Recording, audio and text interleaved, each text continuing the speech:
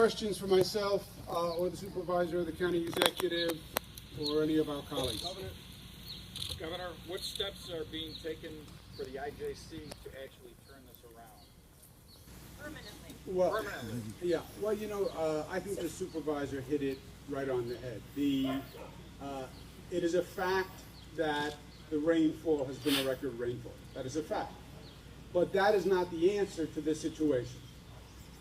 They had the flexibility to do releases earlier. And when I say they blew it, I believe they failed to use their authority that they had, because the new plan gave them additional flexibility and additional authority. They should have done releases earlier on, so we didn't wind up in this situation. Now, you can say, well, retrospect, Monday morning quarterback, but look, you knew that we hadn't been at the high rain point, and you knew that you were looking at record levels to begin with. I believe they made a mistake in not doing more releases earlier on. I hope, as the supervisor suggested, that they learn from it and they don't repeat the mistake. But the IJC is the regulatory body for the entire basin, right? This is not just our problem here. And they have to get their act together, and they have to be faster, and they have to make sure this never happens again. Governor, the IJC is outflowing water at record numbers. Do you feel like that's going to help? Well, yeah, Starting but tomorrow. now, look where we are, right? My point is, they should have started this earlier. You didn't need water in people's basements and first floors for you to realize you had to release water. You didn't have to wipe out hundreds of businesses before you started releasing water. This should have been done much earlier. It should have been done during the winter. It should have been done before the April rains, and then we wouldn't be in this situation. Governor, I think the IJC might argue that the plan itself didn't allow for the commission to release the water levels earlier. So is it a plan, or is the plan the problem, or is it the IJC? Look, I believe, and again, I understand my position. Monday morning quarterbacking is very easy. People do it to me all the time. I hate it. I get it. Because if you knew then what you know now, you might have acted differently. But their function is to regulate the water levels. They knew they were high. They knew they were only going to get higher, and they did not increase the outflows when they could have. And I think they pulled the trigger too late, and now they're trying to play catch-up, and the lake is so large that catch-up doesn't work. You get behind on the water level on Lake Ontario, you have a real problem. And they got behind, and now we have a real problem. Not to stay on the IJC, but with the group going to Washington later in the month, is there any talk on removing the two people that are there now from the appointees from our previous president, put in new people, hopefully from this administration? Yeah. Is that Well, discussion? as you know, there are three from the United States side. One of them resided in a community on the Great Lakes. That person resigned. So the two remaining ones don't even live on a community that is on the Great Lakes. I think that's a good start. We're going to recommend to the president to appoint people that are at least in communities on the Great Lakes so they understand it a little better, rather than just somebody that may be a political appointment. It's somebody that really has a direct concern. We're going to lobby for that. Governor. By the way, I nominate Manny Bergio as the appointee. I think he would bring a perspective. Governor. Or either of the Bergio boys, by the way, I would say. Governor. Craig Potter from CNC Worldwide for GreaseNYLive.com. What about homeowners that live in this situation, like those on Ontario Boulevard, just west of Braddock Bay? The road passes between their home and the lake.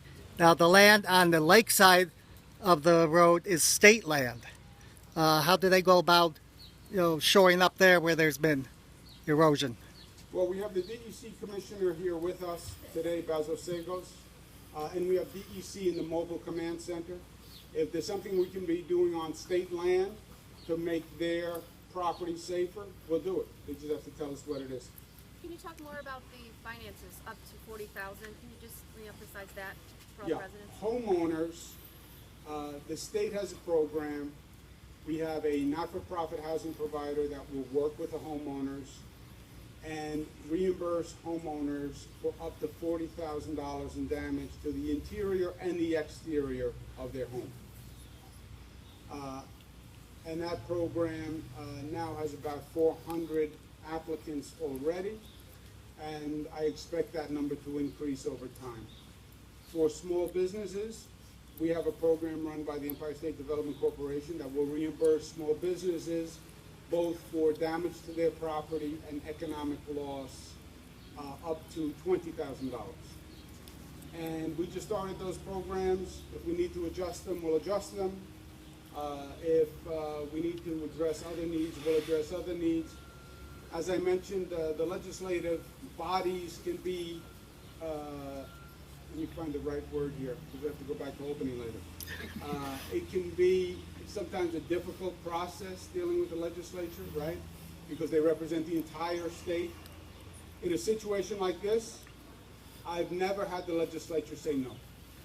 Whenever it has come to an emergency situation and making homeowners and businesses whole, the legislature has always come together. I don't care, Democrat, Republican, upstate, downstate, they always say, we'll do whatever we have to do. So it's not going to be a question of funding for this effort, because as I mentioned before, you are supported by people all across the state. Here's a question from the other side of the fence. Normally this will happen.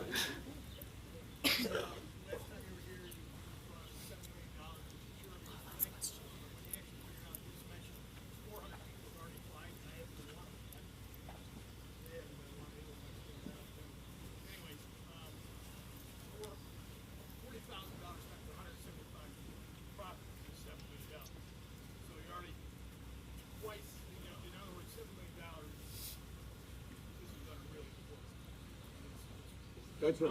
But it's not even close to the damage. Yeah, no, that's what I'm saying. We started with an estimate. We were estimating what we thought the demand would be. But whatever the demand is, we will meet the demand. And that's what I'm saying. The legislature, as you know, approves the budgets. This is what they call an emergency allocation. But I've never had the legislature say no in a situation like this. The other piece of it is I've got paperwork, I'm sure other people have too. The nonprofits are funding program for you. Sheen House here. The paperwork is astounding what you have to do to fill it out. And then, you know, for a lot of people, the income level is restricted. In other words, if you own a property, what's the difference how much you make? You own the property, you have damage.